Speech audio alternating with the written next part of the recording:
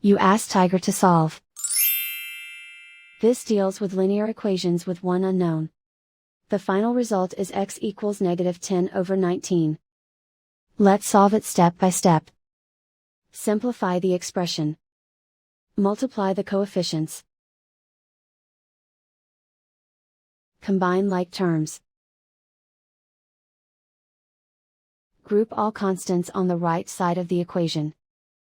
Add 20 to both sides. Simplify the arithmetic.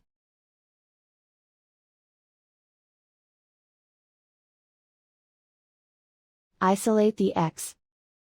Divide both sides by -38. Cancel out the negatives. Simplify the fraction. Move the negative sign from the denominator to the numerator. Find the greatest common factor of the numerator and denominator.